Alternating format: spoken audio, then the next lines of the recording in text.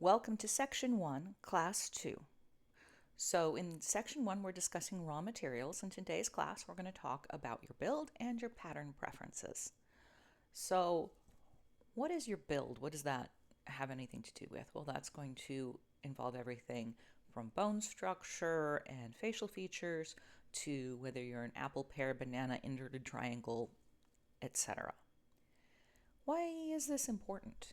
Well, all clothing is based on a certain proportion, and this varies from person to person. So my best friend and we've been best friends forever.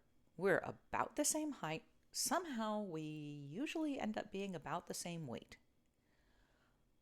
We are both springs, so we are flattering in very similar colors, although she is a much warmer tone to her than I do. So you would absolutely think, oh, okay, so they're going to wear the same clothes. No, actually, what happens is I will try something on and say, ugh, it just doesn't work for me. And I will chuck it over the dressing room door to Bestie, and she will put it on and it will look amazing on her. I even did this thing once where I made a jacket, went to all the trouble of hand making a jacket, and then I was just being super conservative about the hem length on the wrists and the hem of the jacket because I'm like, well, I can always take it up, and I don't know. And it was a jacket where you did all the finishing kind of in the middle. Anyway, put the jacket on at the end of it and realized, ugh, it's like an inch too long for me. Took it over to my bestie. It looks perfect on her. Proportion. Proportion and build are incredibly important. It affects how you look as a total being. Now, in our culture of buying clothes, the way it's been set up, we think of all of this as like our fault. Like we are somehow at fault because we don't fit the standard. All right, that's a marketing lie. All right, first of all, there is a standard. It does vary slightly from brand to brand. You'll be familiar with that. But that was all set up by a clothing manufacturer for greatest convenience. And so, yes, so just let's get into this for just a sec. Okay.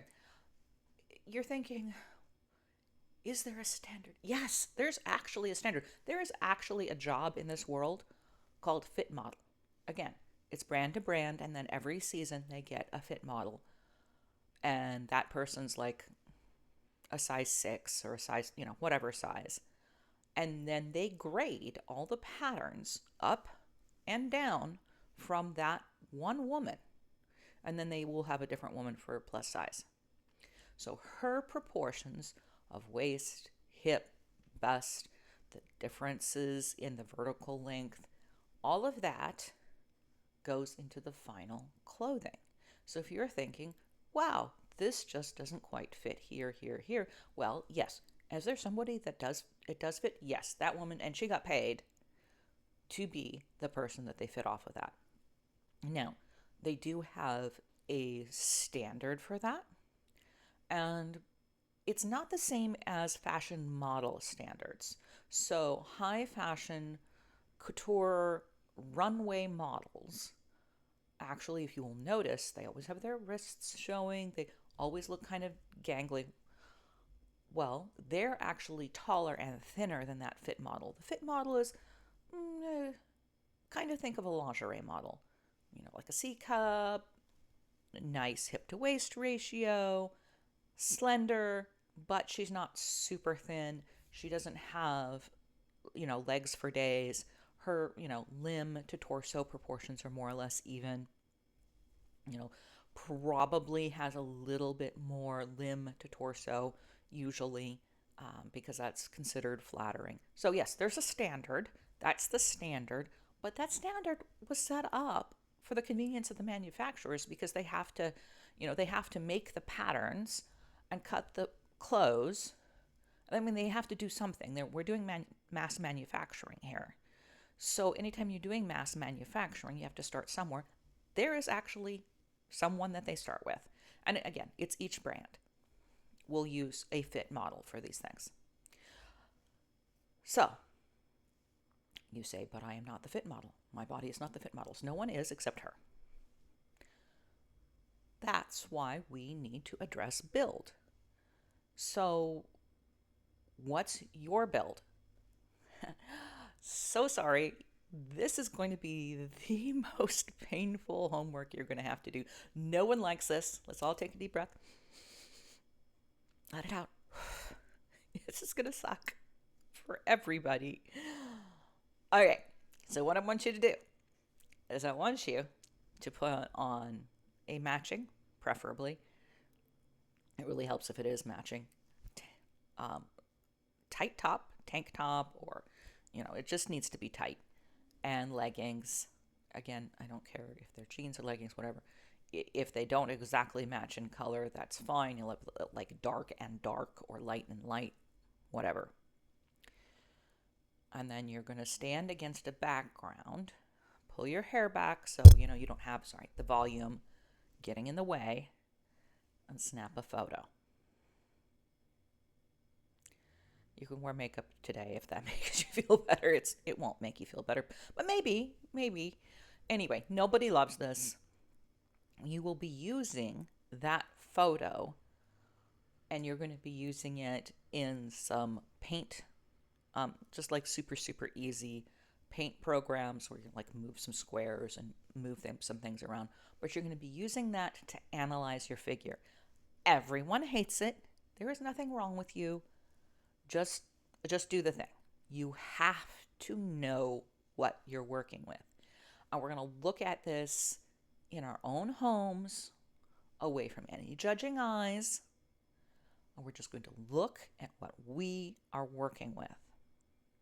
Because you need to know what the lines are that are going to make you look the best and what the lines are that are going to be really, really unflattering. And we're not going to focus on, we're not going to analyze every single line, but you need to know one or two things that you can just next. You're going to go to the store and you're going to go no, I know that looks awful on me. Like a trapeze top. I have a really long torso and a heavy bust and, short limbs. A trapeze top makes me look like a very, very short little mushroom. It's not good. It's not good. My mother, who obviously I look a little similar to because my mom had a trapeze top uniform when she was pregnant with me. Long-limbed mom, looked great in it, and it covered her pregnancy until she was 8.5 months pregnant. Because, in the early 70s, they didn't let you wait tables when you were out to there. Why is the difference? This is my mom. This is blood. This is, very similar face. It's because of proportion. So you need to know what you can just walk past that's good for Sally, but not for me. Just not for me. Again, this all makes it easier. And then when you're going through your closet and you're like, oh, I thought I'd like this dress. You can look at it and oh, that's why that dress doesn't work for me. And you can next it. And if it's, if that dress cost you, a pretty penny, you can either sell it or maybe you can give it to somebody and then you would know who to give it to, right? You would know which in your friend group, oh, I think she's got the right coloring for this and she definitely has the right build for this. I'm going to see if Sally likes this. We'll get to the ethics of wardrobe redistribution in session 4. But what do we mean when we're talking about figure flattery? Quick definitions here. So we're talking about clothes that make us look like that fit model, essentially. So we generally want to look long, lean, and, with some moderate curves.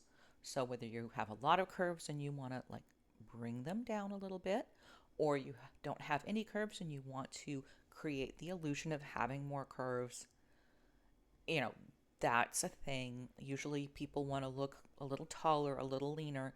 I have seen advice for how to make yourself look a little rounder, but I can't think of any fashion advice book that has, said, well, this is what to do if you're too thin, dear, since about, 1975. That advice exists. You can look it up. It involves a lot of ruffles.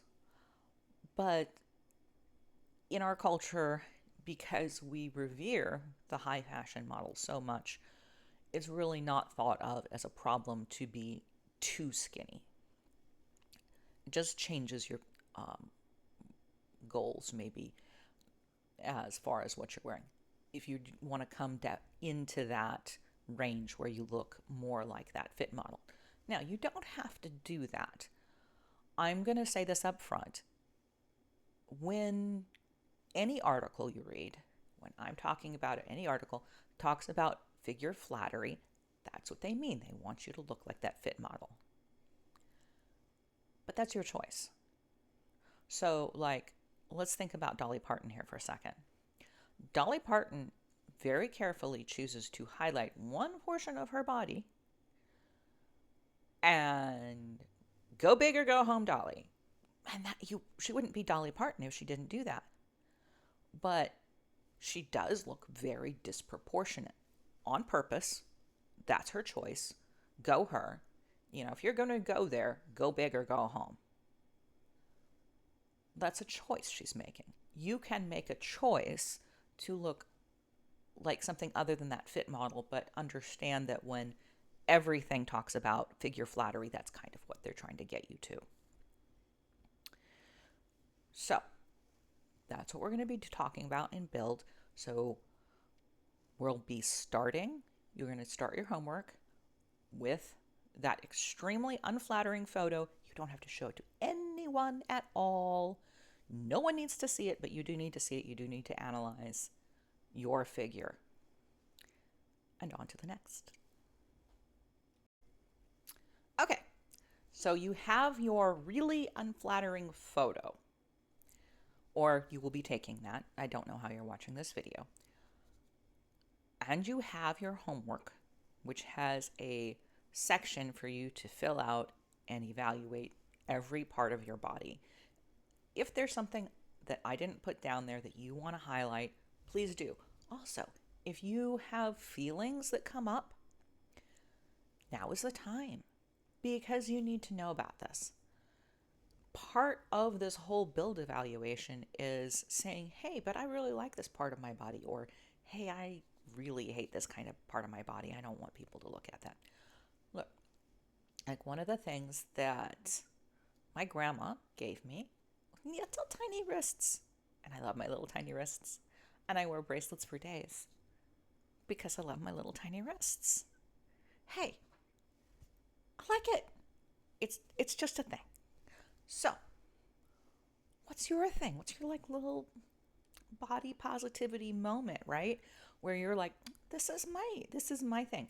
Write that down. Or if you have something that you really hate, it's something you have to work through. Like I have a really bad foot. It's covered with surgical scars.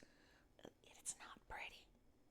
And I started out life with really pretty feet, and it sucks because accidents happen and then surgery happens to compensate.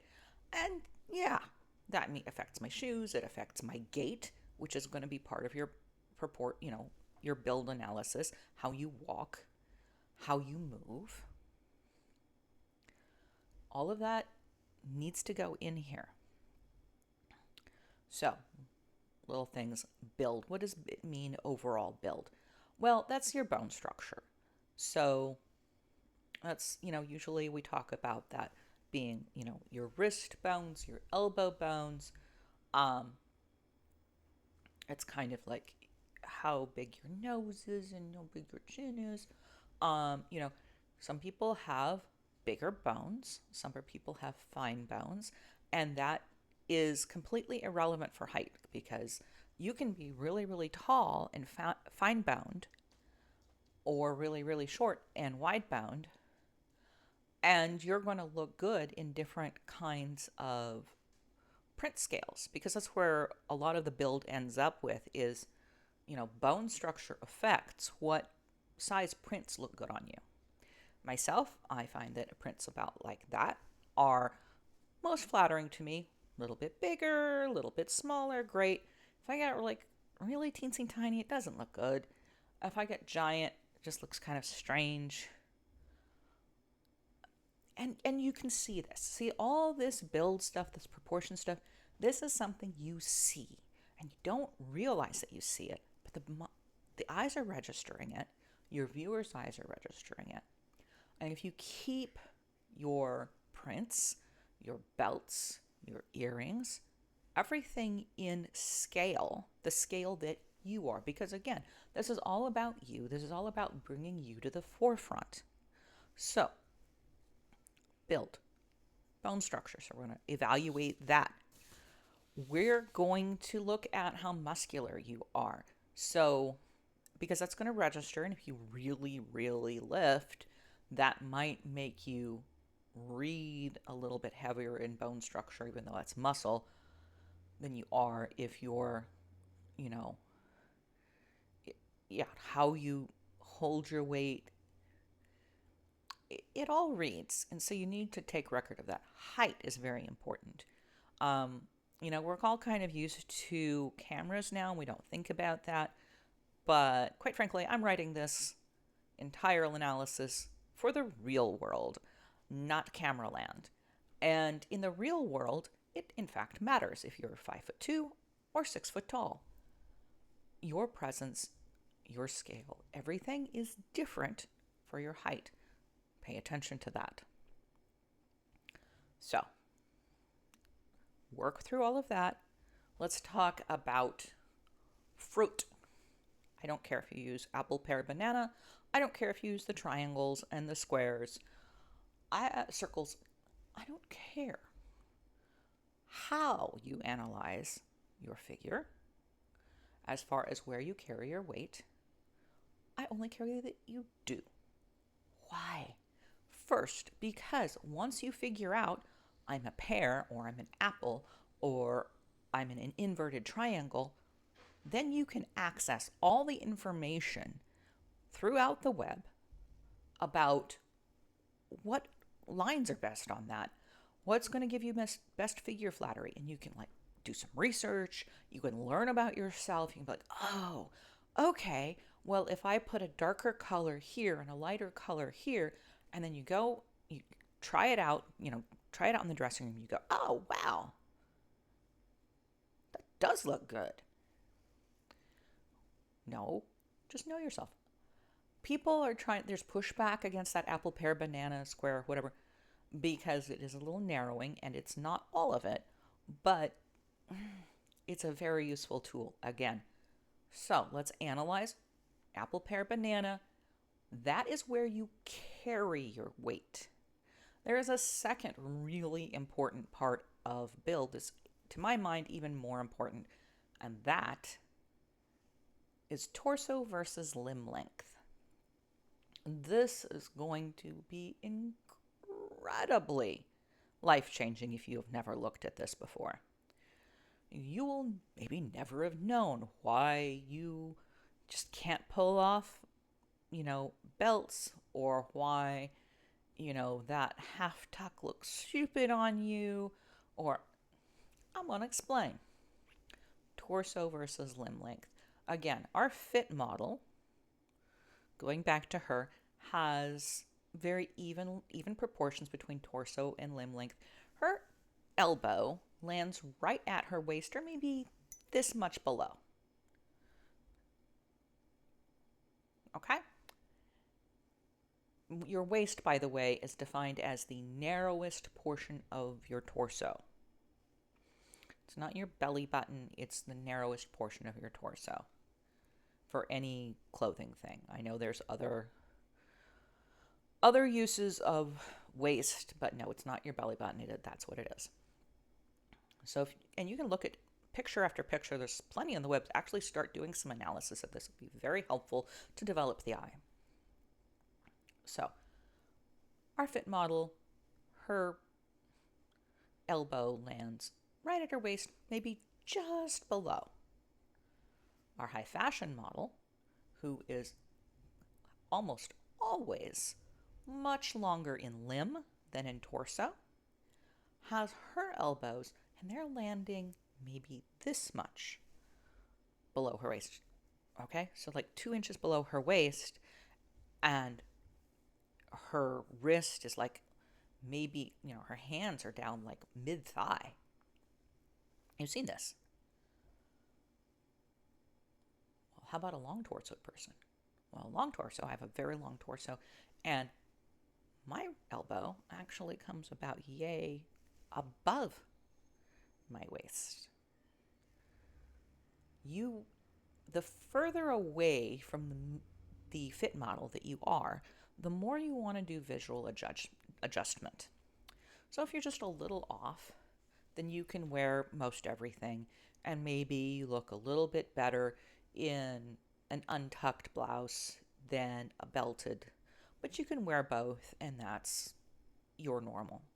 If you are further from that fit model, where you are just all leg or all torso, then you are going to find that you either always have to tuck your shirts. I always tuck my shirts.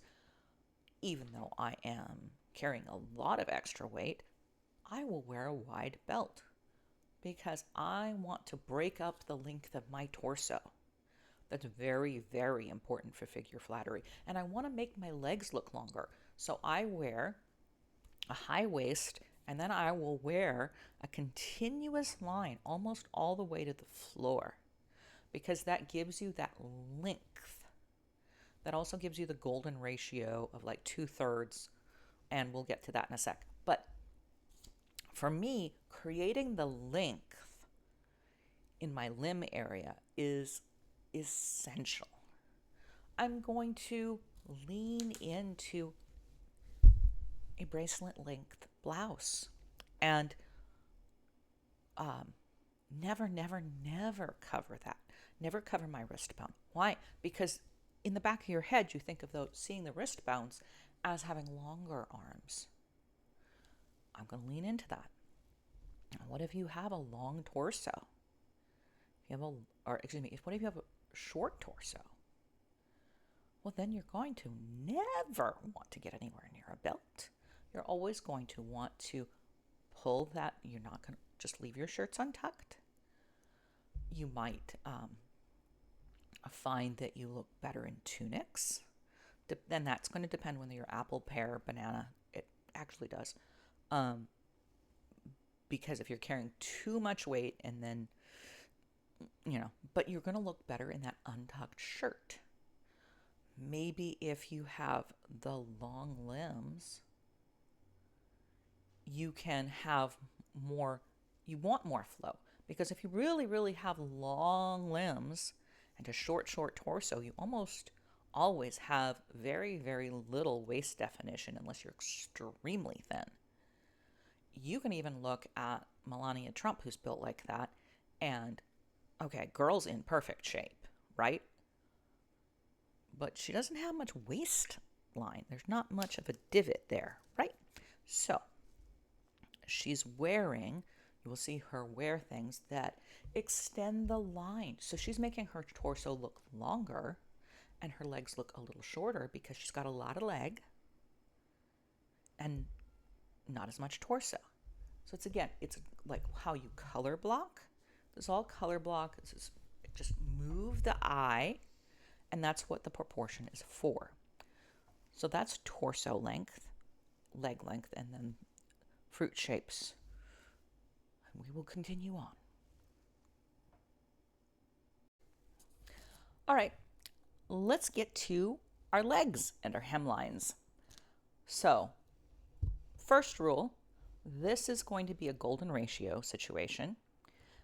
Second rule, this actually refers to the shape of your legs as well as their length and your overall proportion. So everybody has at least 3 hemlines that work for them. Some people have more, some people have fewer.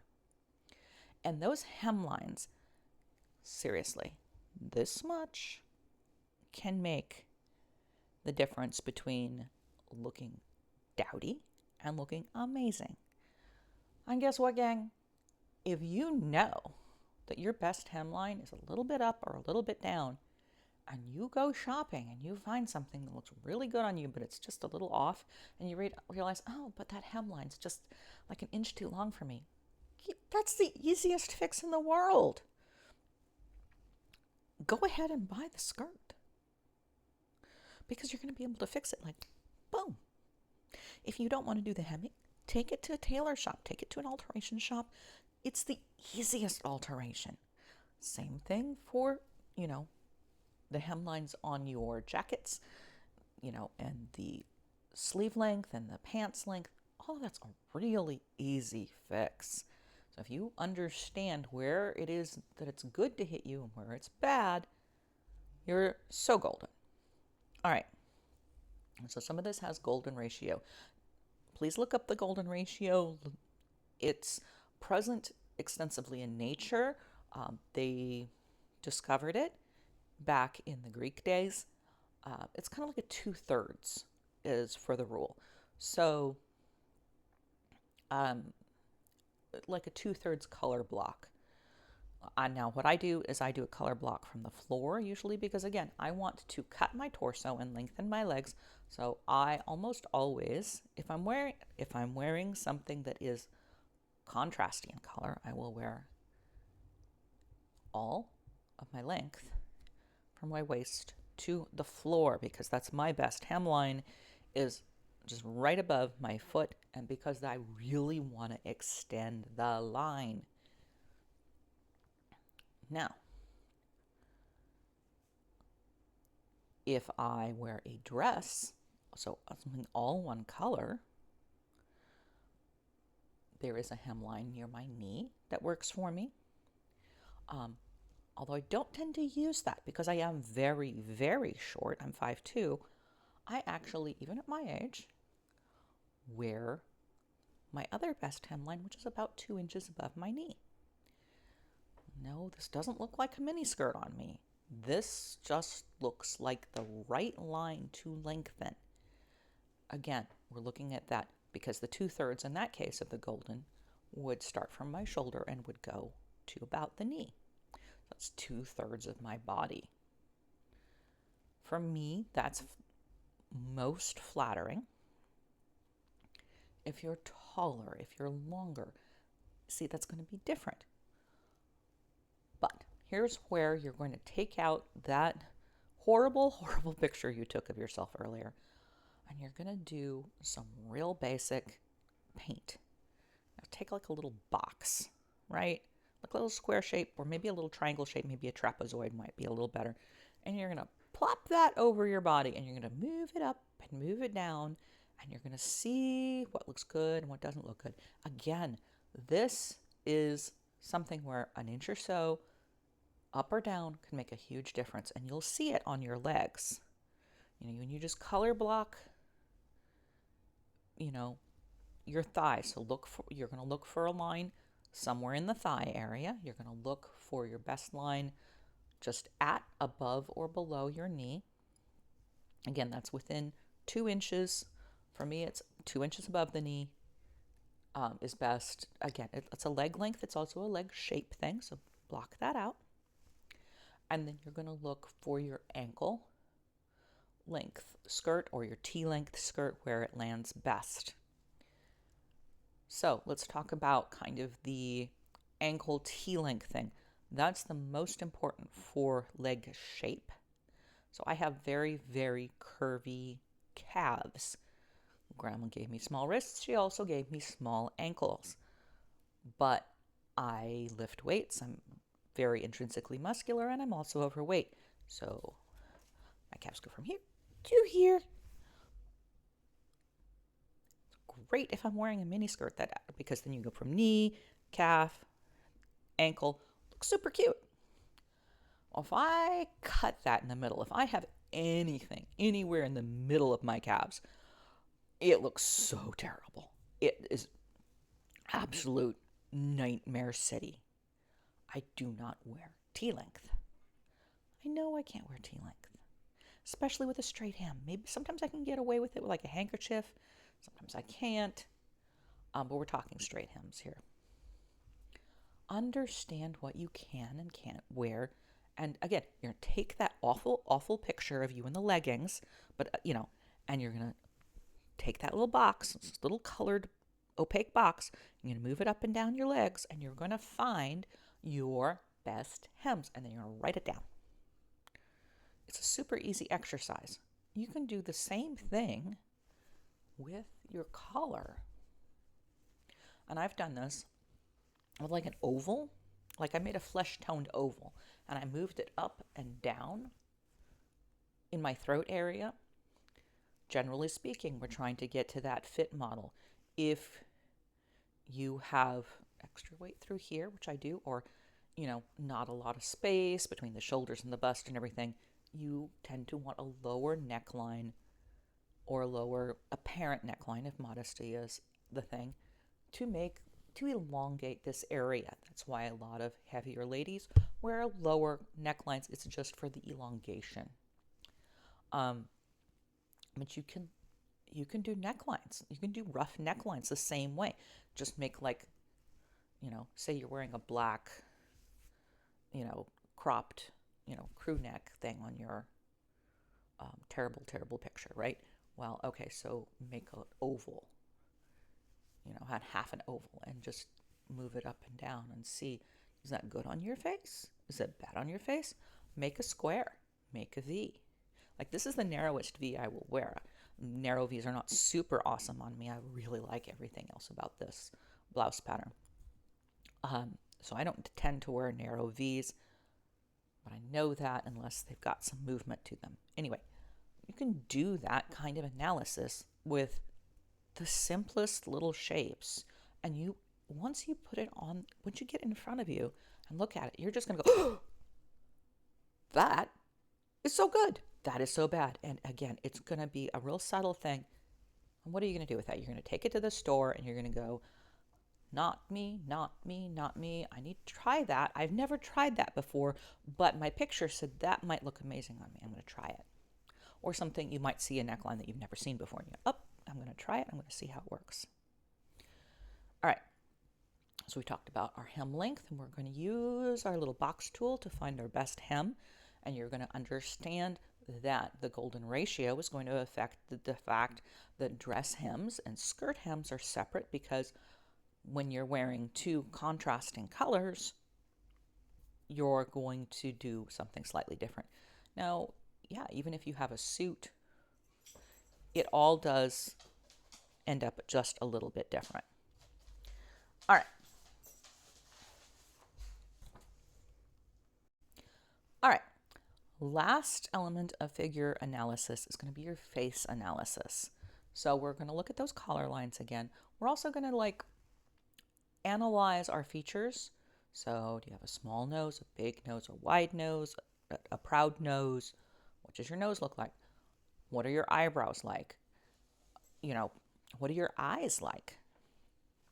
Go in there and do this analysis and dig in. There is plenty of stuff on your homework sheet, so you can do that. There's also going to be some pin boards on your homework sheet, so you can look at what are good collar styles, what are good eyelash styles, eyeglass styles, what are good hairstyles for my particular face shape. Now, all right, as we're finishing up this whole section on build, there's two things. First, as you learn about color, as you learn about flattering lines, flattering shapes, please, that thing that you think, oh, I've always wanted to wear that. I've always wanted to try that, but no, not me. Try it. Try it. Try it. This is what dressing rooms are for. This is what inexpensive accessories are for. This is what the thrift store is for. try it. Try the thing. Wear it. This is where you try wearing things and find out what response you get. The world of clothes is magical. Absolutely magical. The more I wear ridiculously feminine things, the more I lean into the whole leather and lace aesthetic. On paper, that sounds really silly. I'm not a rock star. I'm a writer. I'm 52 years old. I'm not skinny. What am I doing? You know what I get? Compliments. Here's my bucket of compliments. And it gets filled up every time I go out. The more I lean into that, when I play it safe, the compliment bucket, it doesn't get filled up as much. When I just lean into who I really am and my real style, compliments keep running down. All right. I've got a really close friend, my second best friend. She is nearly 6 foot tall, really thin. That whole long limbs, short torso situation. I kid you not. One day she was running late to work. So she wore her oversized t-shirt dress, which she had been sleeping in, as a nightgown. Yeah, she threw on appropriate undergarments and some boots. The whole entire day was spent with that compliment bucket overflowing. People stopped her to ask her where she got that dress. It was a $10 dress. It wasn't a dress, it was a nightgown. Why? This was perfectly her. I would not wear that on a bed. I would sleep in it, but I would definitely never wear it out of the house. No way in. No. She would also not lean into lace and flowers and ruffles. But she looked great. Why? She was just being herself. She was being her most authentic self. Go for it. I've got pin boards.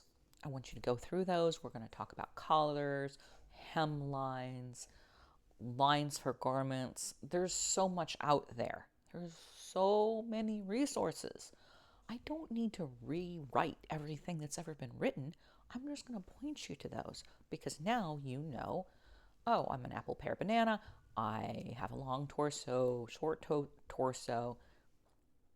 And let's talk for a quick second about how that affects. So if you're an apple shape and you have a short torso, that means you're like an apple on a stick a lot of the time. So you're really going to have to think about figure flattery. In that case, I recommend a button down.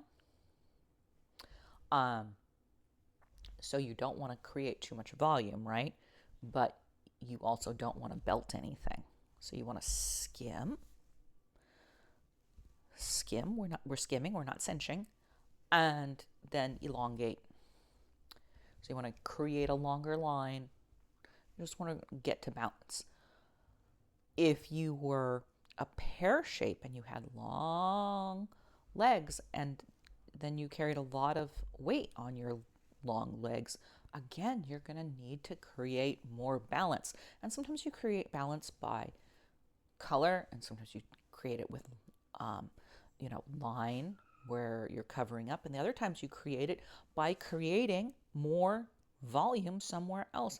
So I have no hips. I skip the line. I wear wide hemlines because it creates more volume. So I can create the volume. So it balances me. It makes me look a little bit more elongated. And it also makes me give a little bit of hourglass thing happening. As I age, I move a little bit away from aiming for an hourglass figure and a little bit more towards that elongated flattering. So that's important. You also need to do your facial analysis here. So there are pin boards to help you work through all the different possibilities. We're looking at eyes and brows and nose shape, cheekbones. A word about face shape. Your face shape is based on your bone structure. Now, your bone structure can be slightly altered by how much weight you are carrying or not carrying, but it doesn't just redefine it. So you're looking at all those things and you're like, well, I'm heavy and I carry weight on my face, therefore my face is round. No, because your face shape has to do with this and the invisible jawline here. And then maybe that's softened because of the extra weight, but it doesn't mean that you're round. Likewise, you could have a round face and be quite slim. This is all part of the analysis, so you're going to find those pin boards very important. I don't just want you to do the analysis with them. I want you to start looking at what's best for you and start pulling that out and writing that out.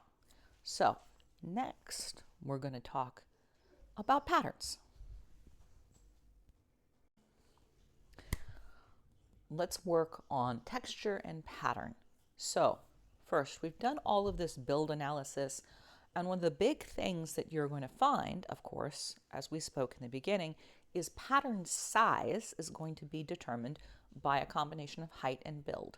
So if you are very tall and you have large bones, then you're going to look good in a very large print. Your accessories should be larger.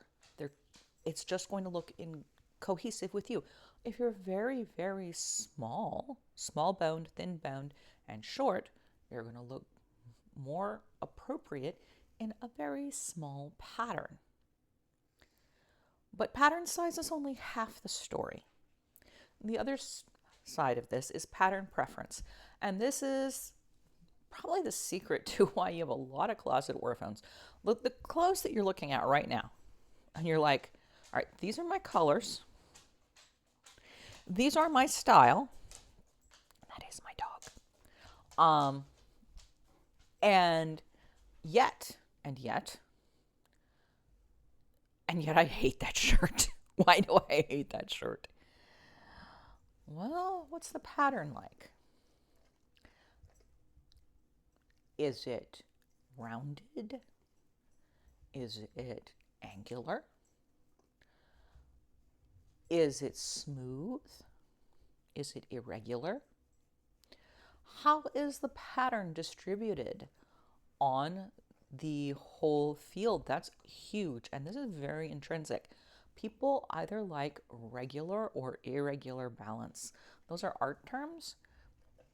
And there are pictures, of course, and you're going to go through your questionnaires and circle what you like best. This has got to be from the gut, okay?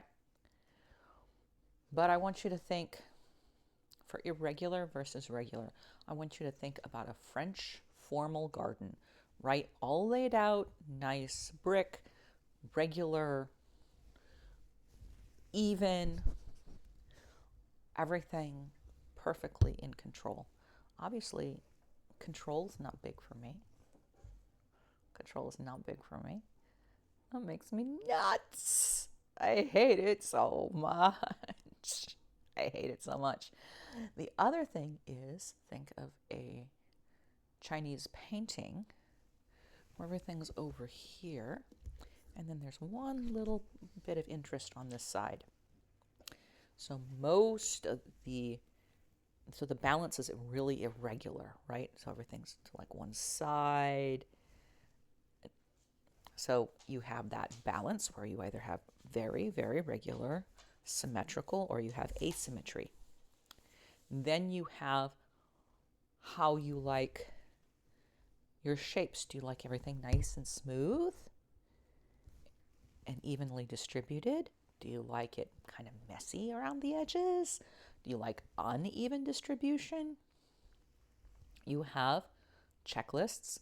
So start exploring patterns, work through the checklists at least, and then explore patterns, explore the balances that feel good to you. Because I can say that as somebody with a rounded body and a very romantic sensibility, and I'm very feminine, that I should like polka dots. I don't. So, and a regular polka dot's okay. I don't.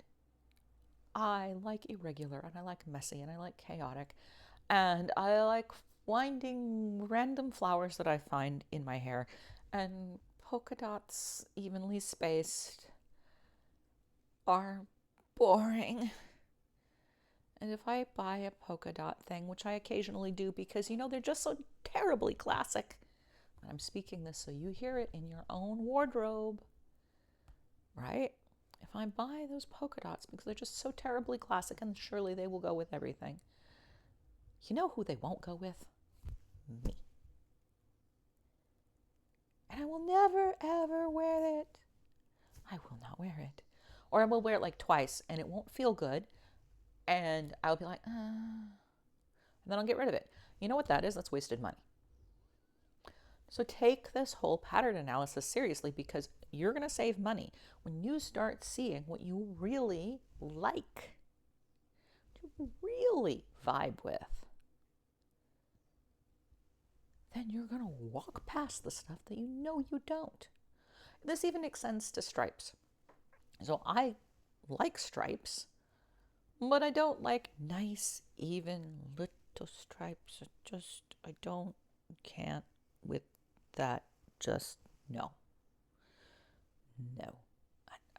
Now, an uneven stripe, we can talk because I like that dynamic movement that you get with a line like that.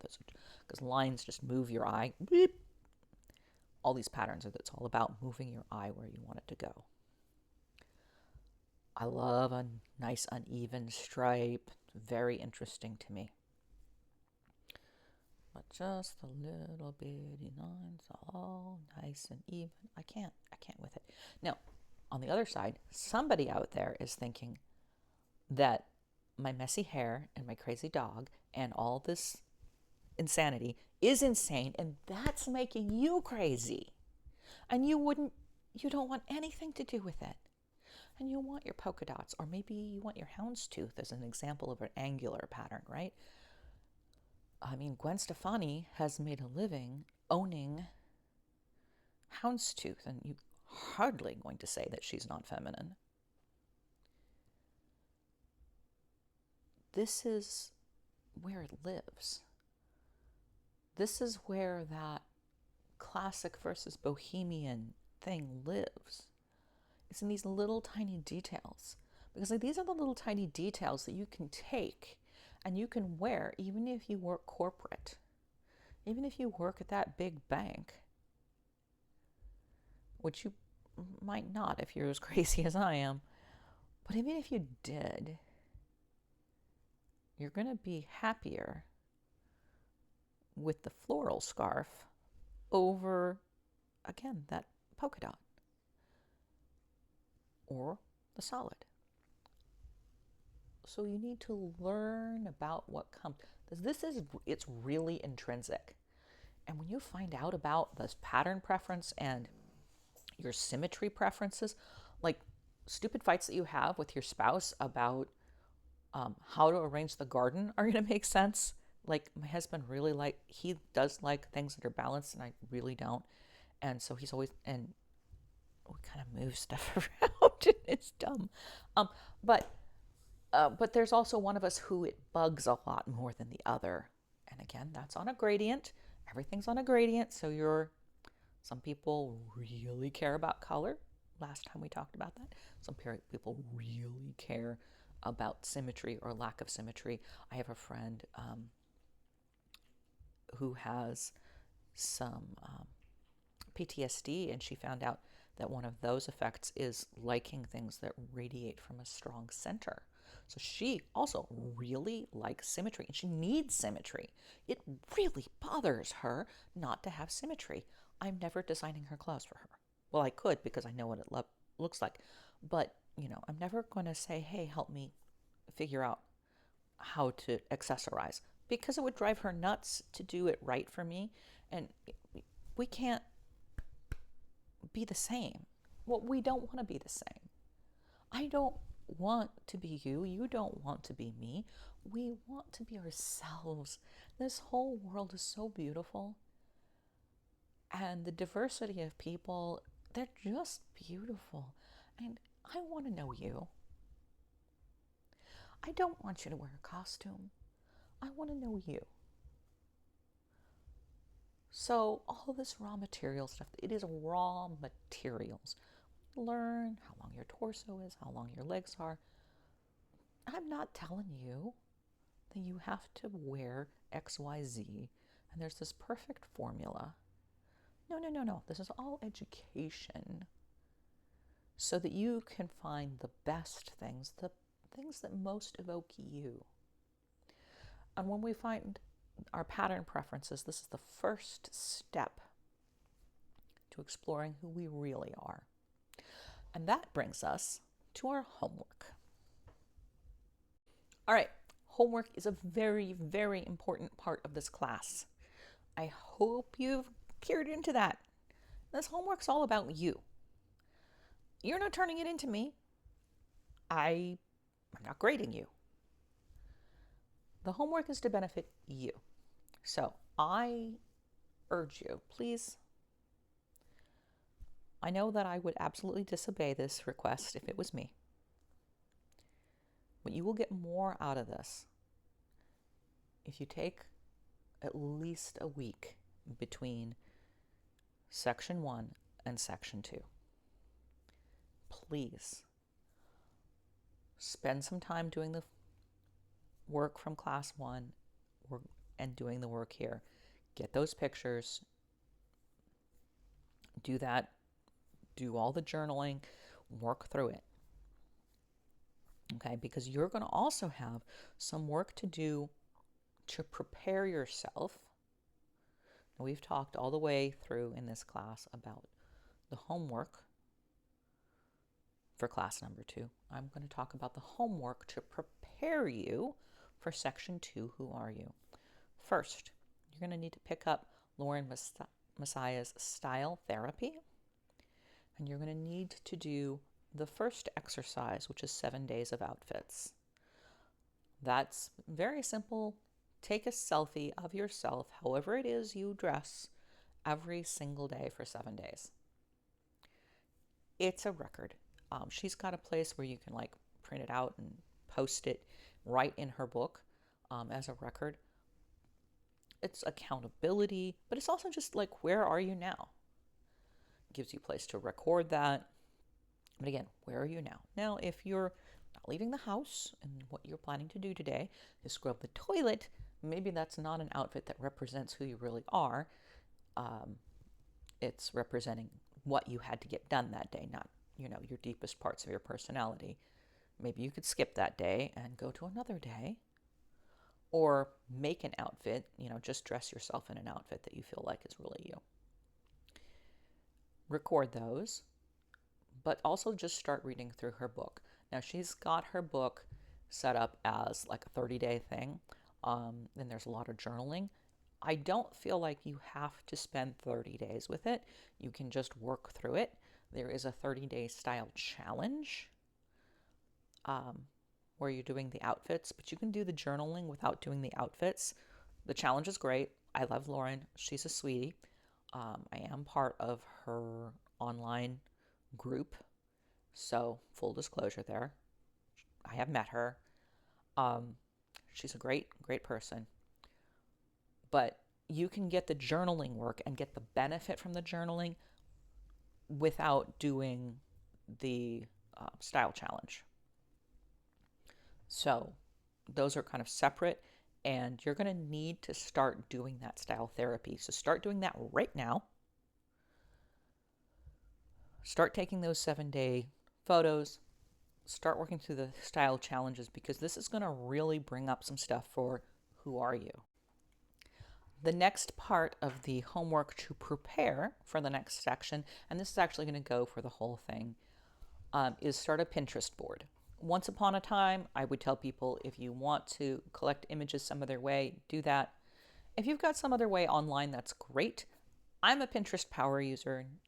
no financial interest with Pinterests, um, but that's where I do my resources for this, and it really works well for me. I feel like you have to have this online because you just need to have the volume of images. So you're going to create several Pinterest boards. So this image board is going to be called Images That Tell You About Me. I have one on mine. And these are anything that just really resonates here. This is, of course, it's going to be pictures of clothes that just you love, pictures of outfits that you love, absolutely. But just other pictures that just hit you. This is where you pin that formal French garden if that's you, or that building that just you love the style of that building. That's actually really important because your interior decoration style reflects your overall style very closely. It can be very, very revealing. So anything that has that visual representation, so flowers, buildings, room decoration, and obviously clothes. Now, super, super, super, super over the top important is everybody's going to try to do this one all in a week. Just get it started. Immediately get it started. Second, I would do this if this was me getting this homework assigned. So, mea culpa here. But do not do this all in one night. Because this is a mood and because this also has to do with preconceived ideas about who you are, and that's kind of what you're trying to let go of by just collecting images that hit you, you need to not do it in one night. Collect some images, do it again the next night, do it again the next night. Maybe take 3 or 4 days off, do it again, do it again. You're going to analyze that. Now we'll analyze it a little bit in Who Are You, because we're going to need to kind of get our feet on the ground there. But you're going to analyze that. That's going to be so important to show you aspects of your personality that you don't even know you have, stuff that you've buried, loves, hates, just facets of the jewel that is you are going to pop up through that. So please take your time. And so that is a timeline thing. And then we will get to our next section, which again will be called Who Are You? The section after that is Where Are You Going? And then the fourth section will be wrapping everything together. In that fourth section, we're going to be talking about wardrobe planning. We'll talk about fabric analysis, how to tell quality, because people keep asking me, like, even if as I'm developing this, they're like, but you're going to talk about this. Yes, I absolutely am. Right now, we're starting with who you are. We're starting with what you have, then who you are, then where you're going, and then we're going to talk about actual clothing acquisition, wardrobe organization, etc. And that's at the point where we're going to talk about that. And I know this is so hard to be patient because you started this because you want to get that in gear and you're like, trust me. Trust the process. You need to just go through the process. So again, homework. Start that pin board. Read Style Therapy. Do the 7-day photo challenge. And then also start journaling. You can separate the style challenges from the journal prompts. So start working through those journal prompts because they are going to bring up stuff that gets in the way of you dressing like you. Guarantee you are going to find some stuff that she brings up from her years of working with clients that's going to be like, oh, okay, this is a challenge for me. Okay, so you're set up with that. I will see you next time for section 2, Who Are You? Have a great day.